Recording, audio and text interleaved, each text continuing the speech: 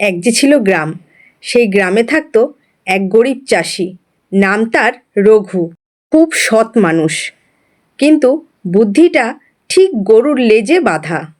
ওহ, সারাদিন খাটাখাটনি, তবু সংসারে সুখ ঢোকে না। এই যে, শুধু হা হুতাশ করলে হবে, মাথাটা একটু খাটাতে শেখো।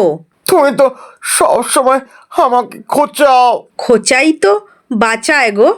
যাও, বাজার থেকে চাল আর নুন নিয়ে এসো। তবে দেখো, সন্ধ্যের আগে কিন্তু ঘরে ফিরবে। ওই বটতলায় কিন্তু যেও না। আরে ভয় কি? ভূত পেতনি কি সত্যি আছে নাকি? এই বট গাছেই থাকে এক পেতনি। লোকজন ভয় পায়, কিন্তু আসলে সে ভয়ঙ্কর বোকা। কে এলো রে এই সন্ধ্যাবেলায়?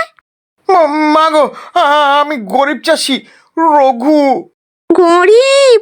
ভালোই, গরিব মানুষ ভয় পায় বেশি। আমাকে না খাওয়ালে তোকে খাবো। হ্যাঁ, আমি কি কি দেব মা?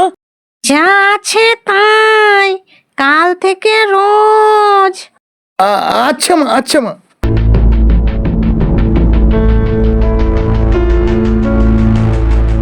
কি গো, এত দেরি কেন? রঘু সব খুলে বলে। সে শ্যামলী, বটতলায় পেতনি। ধুর, পেতনি নয়, লোভী বোকা। ভয় পেও না, কাল আমিই যাব। তুমি? না না না, ও খেয়ে ফেলবে। দেখবে কে কাকে খায়। পরের দিন সকাল। শ্যামলী হাতে হাঁড়ি নিয়ে আসে। এই যে, আজ আবার এলি? হ্যাঁ মা, খাবার এনেছি, কিন্তু একটা শর্ত আছে। শর্ত? আমাকে? হ্যাঁ, আগে কাজ করবে, তারপর খাবে। আমি কাজ করব? না করলে খাবার নেই। আচ্ছা আচ্ছা, কি কাজ? রাতে আমাদের খেতে পাহারা দেবে। এ তো জল ভাত।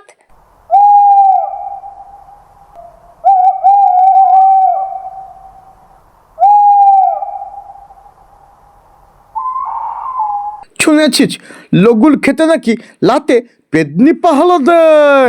তাই নাকি? আজ আর চুরি হবে না। ভালো কাজ করেছো মা, আজ একটু বেশি খাবার নেও। তুমি খুব ভালো মানুষ। আরও একটা কাজ আছে। বলো বলো। আমার স্বামী খুব গরিব, তুমি যদি একটু গুপ্তধন দাও। গুপ্তধন?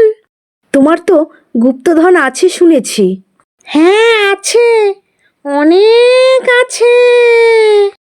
ওই যে, ওই গাছটার নিচে।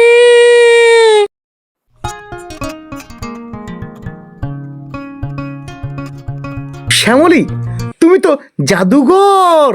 না গো, বুদ্ধি থাকলে ভূতও কাজের। আজ খাবার দেরি কেন?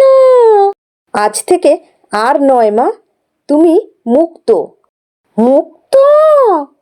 হ্যাঁ, লোভ ছাড়লে পেতনি থাকে না, মানুষ হয়ে যায়।